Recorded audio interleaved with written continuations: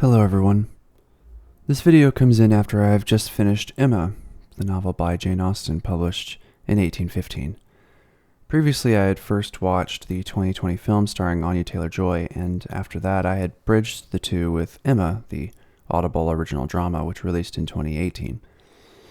Because I've been steeped in Emma and its adaptations for a while now, I've been thinking quite a bit about the topic of differing mediums as adaptations for a novel, particularly an historical novel like Austen's.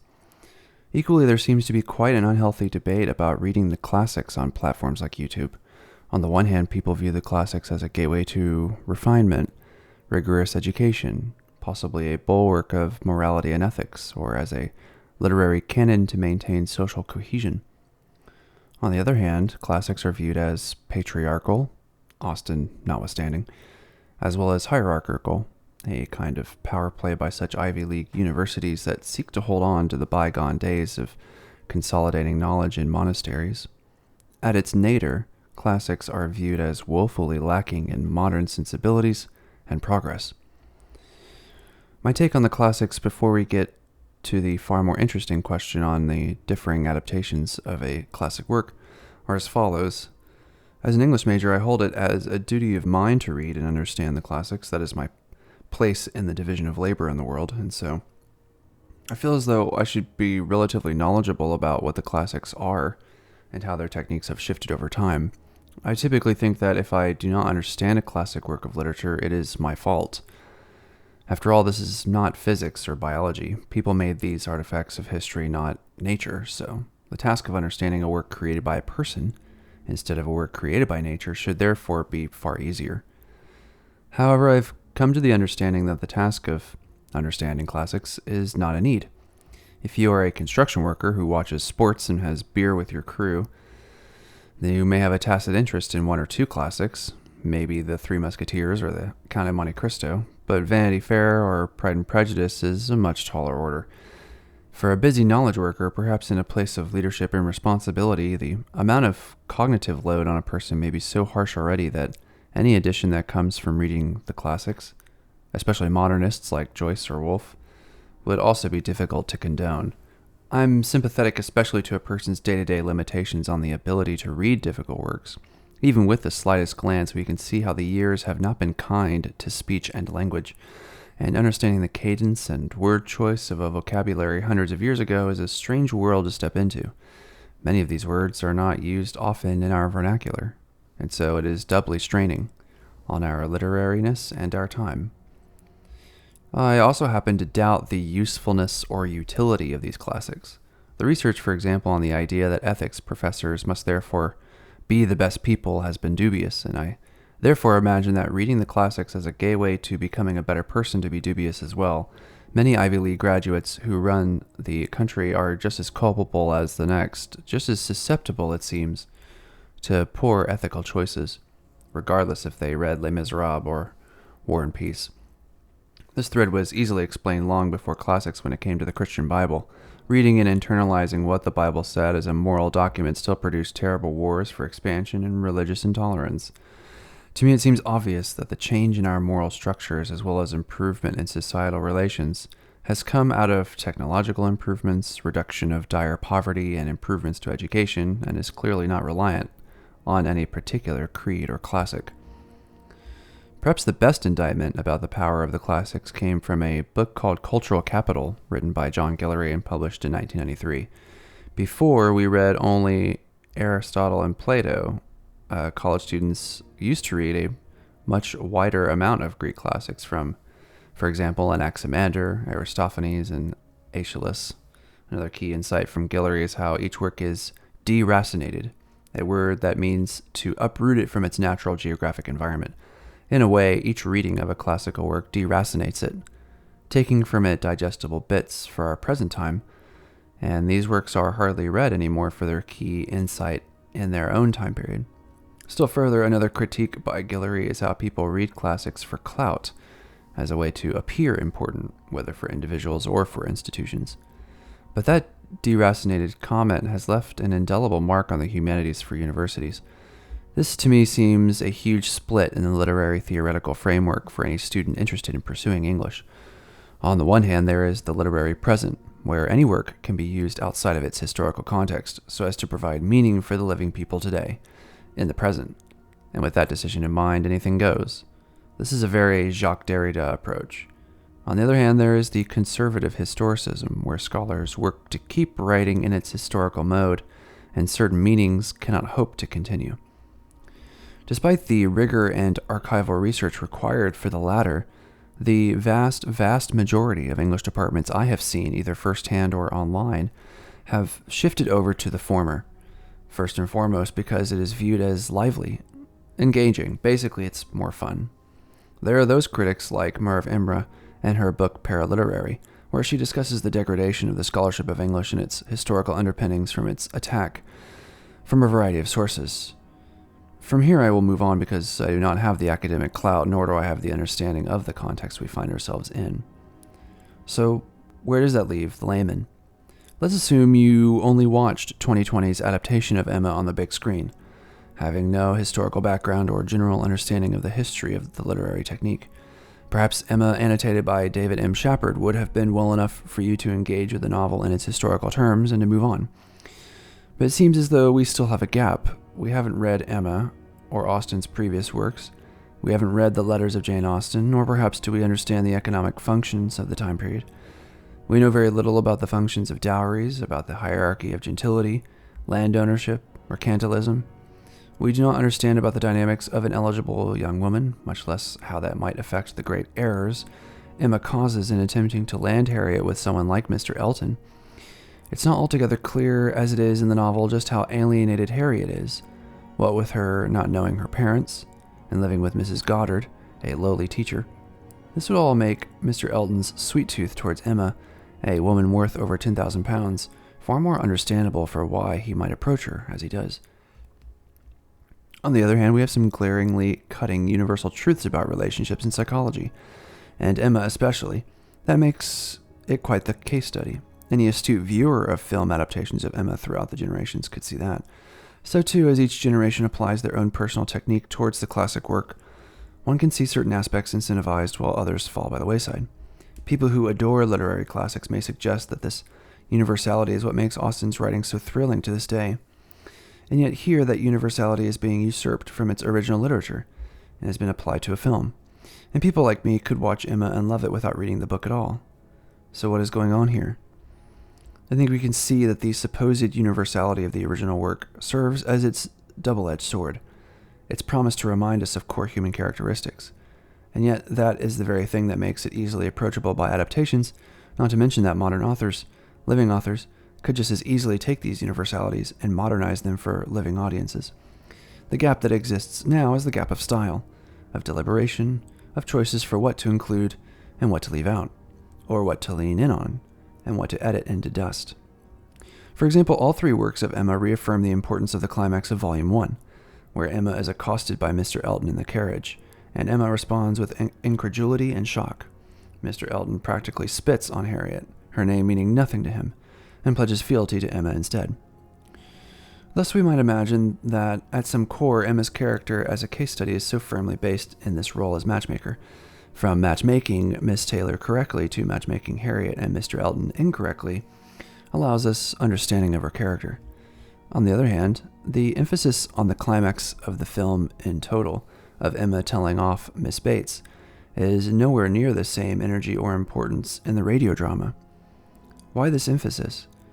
Early in the novel, Harriet worries that Emma will never marry, producing in her the same old lady stereotype that Miss Bates inhabits in Hartfield. Emma laughs at the idea, suggesting that she would not be at all like Miss Bates, and would find some method of improving her position in that role. Miss Bates is well liked by all, but is rather impoverished, and neither of these qualities we can be sure Emma inhabits. Perhaps Emma feels threatened far more so in a film, where we can see the young and beautiful Emma in fear of her wilting when juxtaposed with Miss Bates. At the picnic, her two suitors are both there as well, giving her more confidence in her cutting remark. As an audio drama, this positionality of handsome and beautiful people lacks the sort of innate fear of the film, despite the fact that Jane Austen did not provide an abundance of detail on the attractiveness of her characters besides some basic framing, focusing more on their behavior, their traits, and their background. We have a film by a director who is known as a photographer, providing lavish visuals and perhaps pulling the narrative far more into visual sensibilities. Of course, these are just conjectures. We can also see that Emma's mistake with Miss Bates creates a schism between Emma and Mr. Knightley, the kind we need in a romance that engenders doubt in us over whether Miss Woodhouse and Mr. Knightley will end up together in the end. In that way, the book leaves its literary history and enters storytelling that fits film. The climax in the novel is far more revealing. It is a knot of mysteries. Frank Churchill is erratic, convinced that he and Jane Fairfax, his crush, will not be together. Jane is astounded that one bad conversation has produced such a turn on the man. Frank resolves to repair his ego by engaging in a bit of fun and play with the group. Emma joins in, and this is where her biting comment surfaces. We can say, that the key discrepancy between Frank Churchill and Mr. Knightley as love interests then is that one can lead her into pleasure heedlessly, while the other is a measured and grounded lover. In the film, it seems as though Emma immediately regrets her comment, but in the novel, she does suffer guilt. She does not suffer guilt until Mr. Knightley criticizes her. It's a moment of intense weakness for Emma, who seems totally at the whim of feeling based on those around her. Had she paired with Frank Churchill later, the blindness might have continued, and Miss Bates would have continued to suffer indefinitely in silence. Emma suffers a nosebleed in the film, a harsh red highlight on the beautifully clear and pale skin of Anya Taylor-Joy, something that does not happen at all in either the radio drama or the original work. Perhaps literary purists here might claim that each adaptation of a literary classic is not the classic at all, but merely an interpretation, and to some extent this is true. Those hoping vampirically to suck the power of the literary classic from a film may find themselves disappointed in the lacking richness of these films despite their visual flair. On this front, I am actually quite liberal.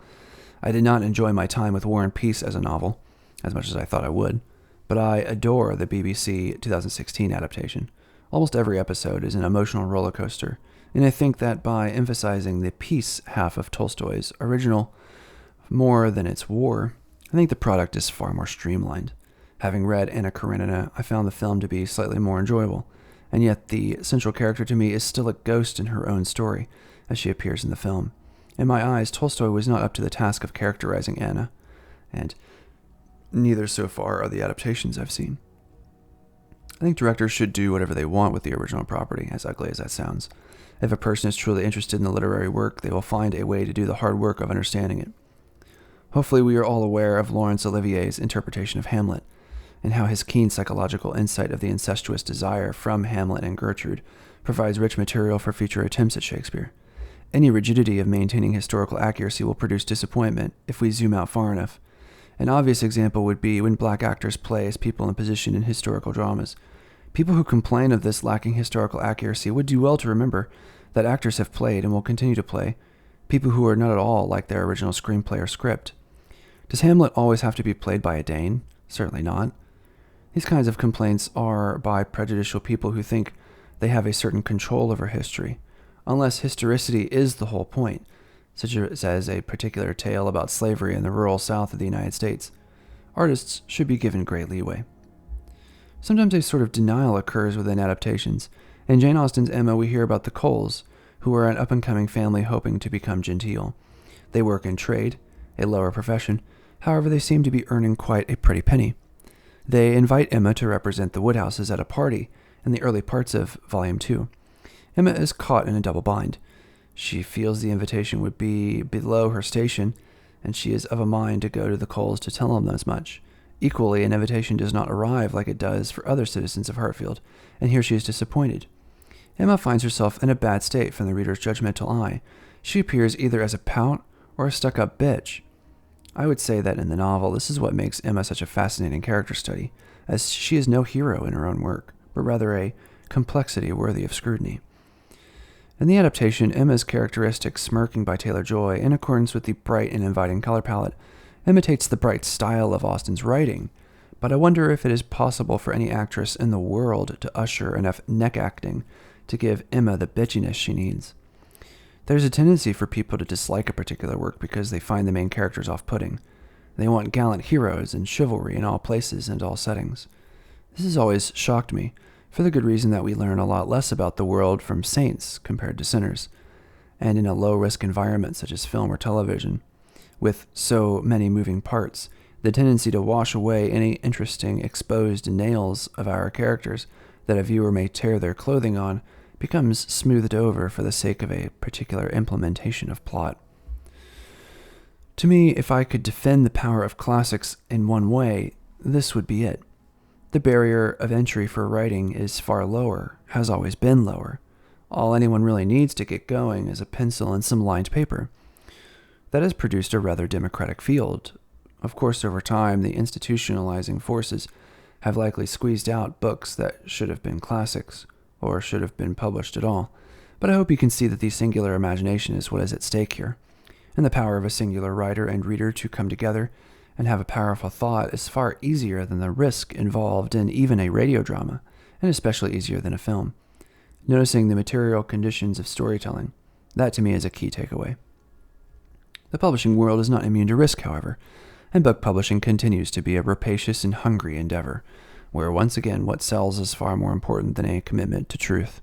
We all know this. The history of New York Times bestsellers is evidence of that. But many books which exist in the public domain are still able to be read through a phone or some other e-reading device, or checked out with a library card. Books are bought online and delivered right to our door, for Christ's sake. It's easier than ever to form a literary connection with someone. On the flip side, we have that lucrative power of radio, film, and television, locked behind streaming services and subscriptions and Blu-ray discs whenever they happen to be deemed worthy to be put to press. The world of entertainment is tedious and more expensive than we would like to admit. Another benefit to the classics are their low economic barrier to entry by the reader compared to the modern adaptations of today. That is all I can really say in defense of the literary canon, I suppose. Its intimacy and its cheapness. Not a great conclusion to make for team literature. I hope you can see that these two words possess underneath them a vast iceberg of implications. Then again, I don't really know who should read Emma by Jane Austen versus who should simply watch the film. Because ultimately what I'm attempting to describe here may as well be Freud's narcissism of small differences. And yet, this to me makes all the difference in the world. The ability to record art and information eventually makes all of history a vast wasteland, where living beings walk around picking up junk and putting it back down. The goal of criticism is to outsource taste, to find what is beautiful and bring it to a group of interested people. Emma continues to be a sign of elitism on the part of its author, as well as its place among the literary canon. Adaptations are an attempt to ride along that train, that long tail of collective memory. Its importance and influence cannot be understated. The question for a reader is how much that may matter to them. For most people, all that matters is the symptom, and taking a pill to get rid of that symptom is enough. For people who want to know the underlying causal relations of things, why a book is written the way it is at all, what its place in history has to do with it, or why we keep coming back to the themes we deem human, the literary canon is an excellent place to start.